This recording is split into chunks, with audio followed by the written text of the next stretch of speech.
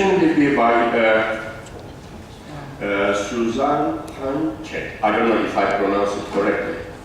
All right. Dr. Suzannehanchet is an applied. She is an applied anthropologist, and she has worked in Bangladesh on different types of projects relating water to sanitation, gender equality, and other social development issues since 1991.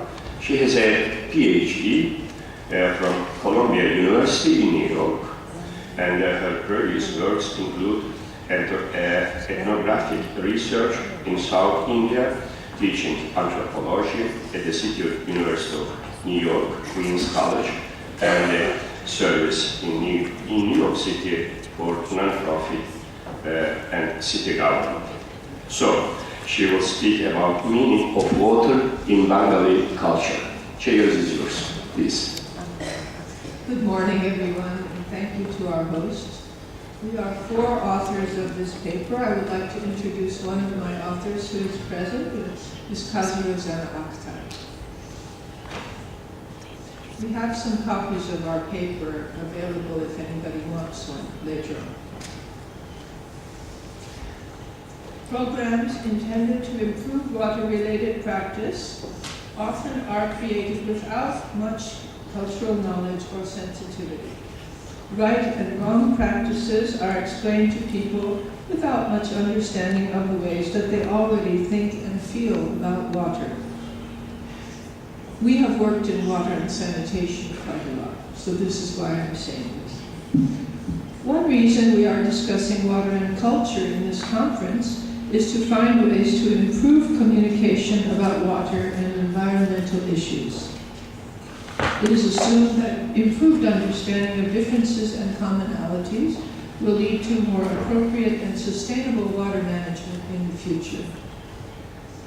I'd like to say something about the idea of culture, because the word culture is used in many different ways by different people of different backgrounds, and I'd like to talk about what I mean by culture.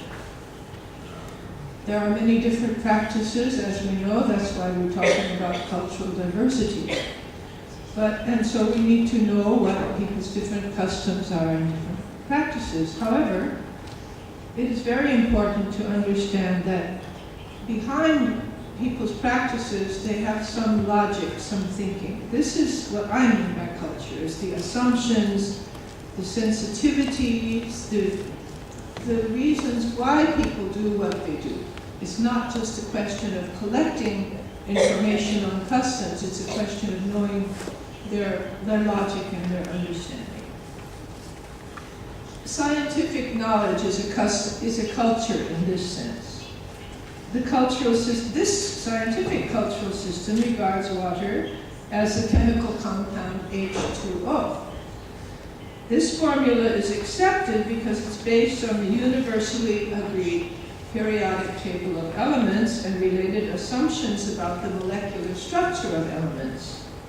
So this is the scientific assumption in the use of the definition of water.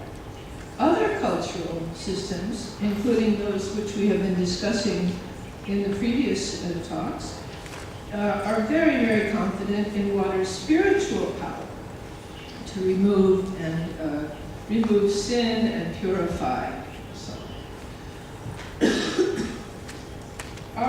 Our group has been working in Bangladesh.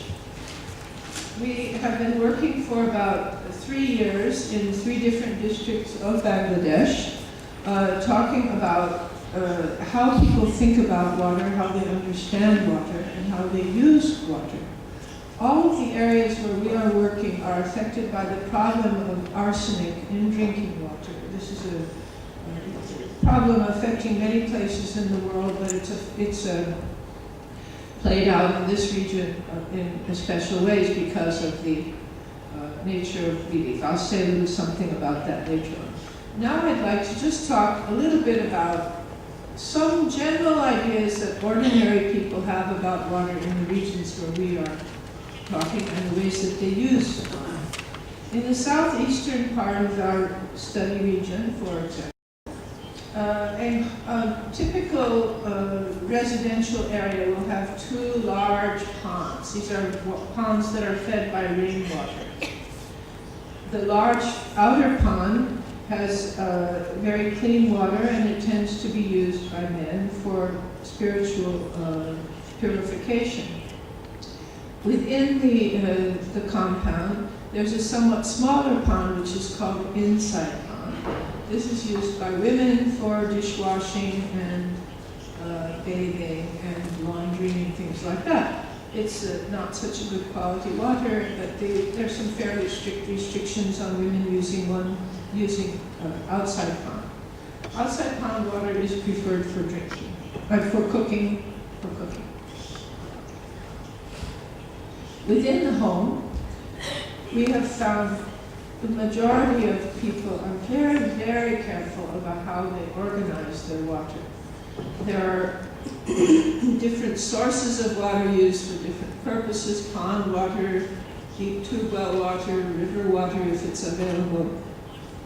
Women tend to keep separate pots for separate purposes. There's certain pots kept for drinking and cooking.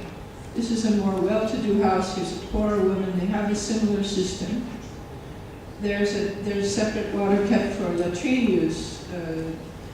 It's not that the latrine container is contaminated, it's just that that's kept separately and only used for that purpose. Drinking water is, the preferable source of drinking water is the underground aquifer, which is accessed by tube well. If the tube well is very deep, it's safe water. If it's a little less deep, say less than 100 feet deep, it often has arsenic in it, which is our problem of our studies. There's a special pot for purification before prayer. Women's life cycle is a very important focus of concern. As Kelly Alley was talking about ideas of purity and pollution, women during menstruation, the monthly period, and also after birth, women go into a deep state of impurity. It's very important for them to remove this impurity in order to rejoin normal social life. And water is an essential requirement for this. However, there's a lot of shame associated with impurity, and some of the water sources that are used to purify are very, very private and also very stinky. They're not good water. That women will go to sort of small polluted places just to avoid, dirty places, not polluted, to avoid being observed removing their polluted state. One very interesting thing about water in South Asia is the assumption that water can absorb spiritual messages. One technique of healing, for example, is to write a prayer. It can be a Hindu mantra, it could be an Islamic prayer. To write the prayer on the water, write the prayer on a piece of paper, put the paper in the water, and the water will absorb the power of this prayer, and that water can be used for healing purposes. This is a somewhat unique feature of the culture of Southern Asia. Some of these specially blessed waters can grant wishes. One other subject, there are many, many water-related subjects to explore in this part of the world. Just giving you a few examples. Is the importance of large ponds. The Bangladesh region has a lot of water, and during the British colonial period, some of the tax collectors, the zamindars, dug very large ponds, and some of these ponds have acquired some magical properties. I'll read a story of one pond, just to give you an example.